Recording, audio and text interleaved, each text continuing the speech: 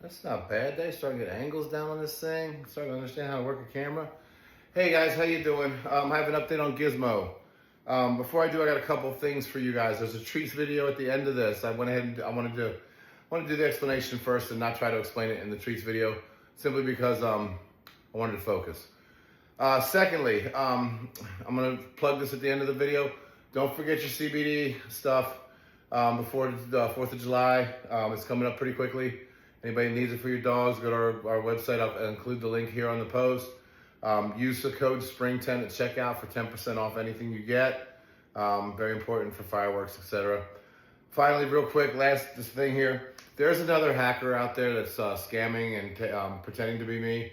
I'm gonna start putting this on my posts everywhere. Basically, that I will never try to message you personally. Now, if you reach out to me personally and you get me in response, that's one thing. But I do not go looking for people. I do not go looking, unless you have your own social media influencer. I'm like, oh my God, I got to get some information from you. I'm not reaching out. Most importantly, I will never reach out to you and message you and give you my WhatsApp phone number.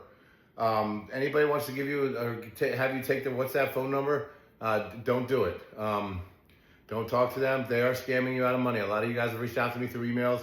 I've seen screenshots in our subscribers group. They've talked about it and put posts up about it.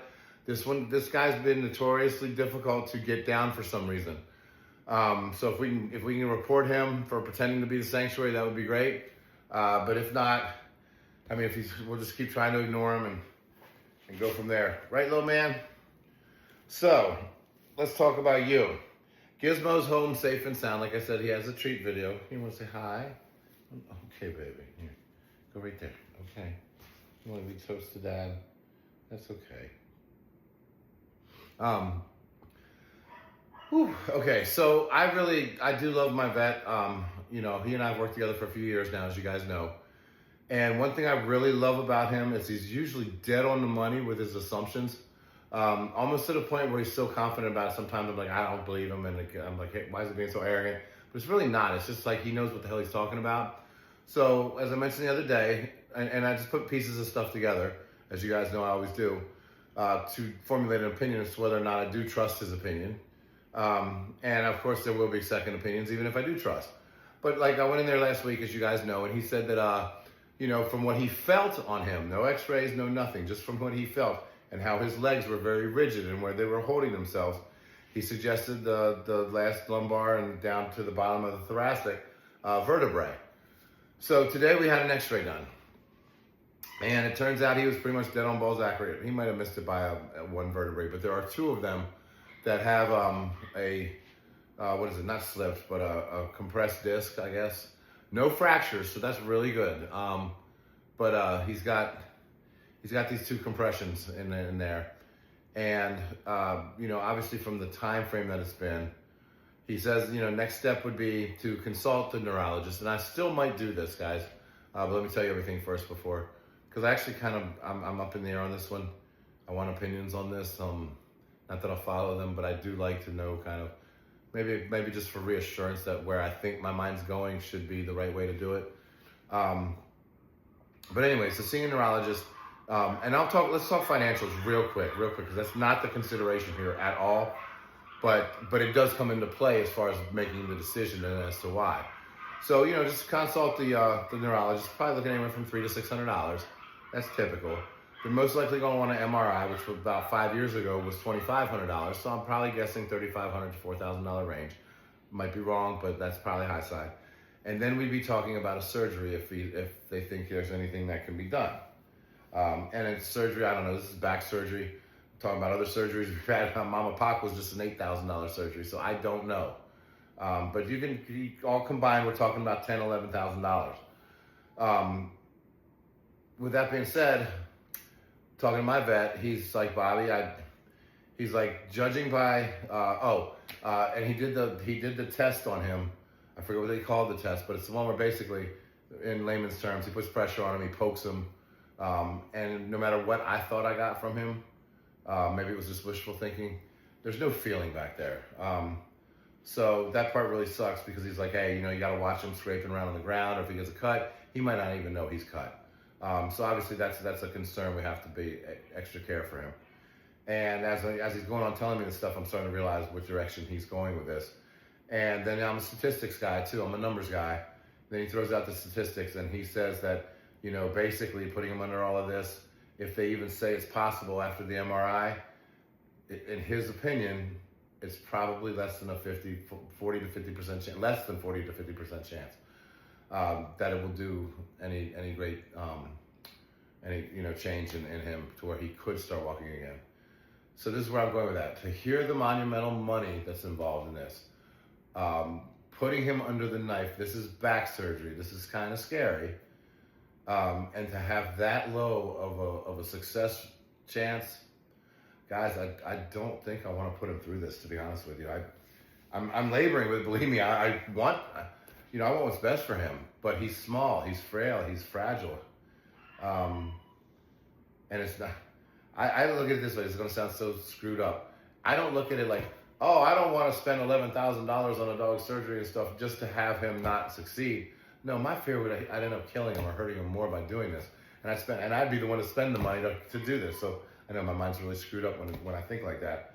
But that's where I'm at with this guy. So, is there a chance? Yeah, there's always a chance. Is there a chance something could go adversely wrong? Yeah. I just think the odds here are really stacked up against us. And I just don't know that I'm willing to subject him to, such invasive procedures that could potentially shorten his life. And then, of course, my doctor, I love him. And here comes the bedside manner on top of all the expertise. At the end of the conversation, he's like, well, Bobby, he's like, I know you well. And he's like, it sucks if you don't want to do it. I can't tell you one way or another. I can just tell you what I think the statistics are and what I've found personally. He says, but you know what? Even if he doesn't walk, he's got a great dad who's going to help him the best he can no matter what. And you know how to deal with handicapped dogs, so he's going to be just fine. And I tell you, that right there is kind of like the seal of approval. When you got a doctor that's willing to talk to you like that, lay it on the line with the layman's terms, but then also like knowing how dedicated and passionate you are and how maybe sometimes you might even make the wrong decision because of how passionate you are, to let you know that sometimes not doing it could be the best thing for him. So again, with all this being said, I'm processing it all. And like I said at the beginning of this, that doesn't mean I won't be seeking a second opinion. The second opinion isn't going to come, believe it or not, from another doctor. I'm sorry, it is coming from another doctor. But it's not in contradiction of him. I'm not going to get more x-rays done and that kind of stuff. I'm going to have one doctor who comes out and does euthanasia in-house for us. It makes it all very peaceful here. Dr. Perry, I love her. She's been with us through some really tough times. She also does the stuff such as acupuncture, red light therapy, and basic chiropractic for the dogs. I'd reached out to her, talking to her about it, because I even talked to my doctor about it, he says, I'm jaded on this, Bobby. I don't believe that chiropractic, even for humans, is a medicine. I said, okay. People have that opinion. I just thought to myself, and I told him this, that if there's a chance that some kind of chiropractic work could, because I've had my back cracked a lot, and it always helps very much. So I'm just wondering if there's a way to alleviate the stress. Would that bring the nerves back? Would that bring the blood pumping? Probably hopium, wishful thinking. But anyway, so I've reached out to her already. She's going to come by and evaluate him on Wednesday, and see if there's anything physical therapy-wise, along with acupuncture or any of these other procedures that we can do. But even her, in her text, said, she's done this before, and there was one that she tried to do, and that he was so locked up, which sounds exactly like she just described Gizmo's legs to a T, locked up, meaning they're all the way up in the frog position, and they're not moving. She says once it's that far, I don't see much hope. So after talking to my doctor and talking to her, I'm going to follow through with her. I don't see it being very positive, guys. And just so you know, the belly bands are not always a necessity. Like I said, he poops just fine. He knows when he's pooping, he poops, he can move to poop, he doesn't get in his poop. The belly band is because he doesn't have, it's not that he has trouble peeing. I've never seen him pee. And that's because he's always at a constant dribble. It's not excitement, it's not anything. He's just always at a constant dribble, which obviously is a part of this. So I just keep him, and I don't keep him in all the time. I saw there were some questions, hey, he's out of his belly band. Yes, if I let him just crawl around the floor during the day when he's in there in the clubhouse, and he can crawl across the pee pads and the beds and stuff, wash the beds, wash the pee pads, no big deal. Because we don't want any lesions or anything like that. But nighttime, traveling, anything like that, he's going to have his belly bands on. And a lot of times if he's in my bed, you know, that kind of stuff. Excuse me. So there you go. I'm sorry, bud. I know. So he's going to be a happy man no matter what. Because as you guys know, look at his face. He's the happiest little guy. Yes, he is. And he loves rubs. So anyway, thank you guys so much. Stick around after this for that treat video.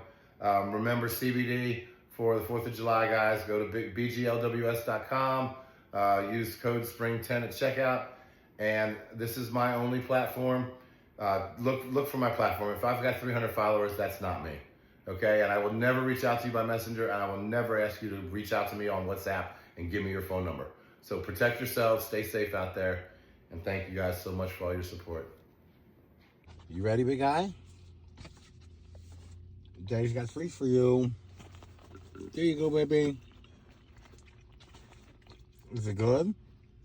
Did you taste it? Bigger bite. Oh my goodness. Okay, so that's how it's gonna be. That's how it's gonna be. Here, rip a little bit off. Good boy, rip a little bit more. Wow, take it down. You're hungry after today, aren't you, baby boy? Want some more? There you go, sweetheart. That's my big man. Good boy, Giz. Here, I'll just give you the burger. You bite it as you want to. There you go. Tear it off. Okay, that's not working so good. Your little leggies came off the ground. There you go. You eat like a horse, bud. Look at the face. Another bite. You ready for another bite?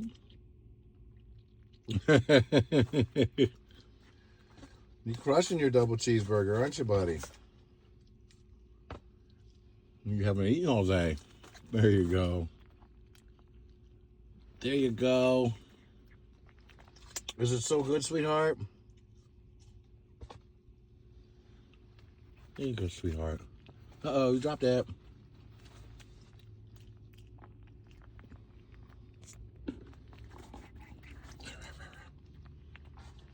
Almost done.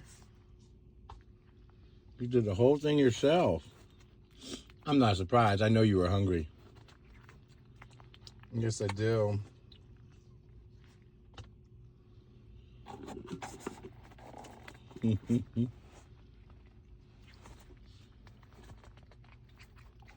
There it is.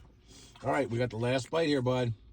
You crushed a whole double cheeseburger. For somebody that's less than 2 pounds, or just 2 pounds, that's pretty impressive. That's pretty impressive. Was it good? We're all done. I know you want more, but that's all we got, sweetheart. You good? Let's go home, okay, baby? I love you, baby boy.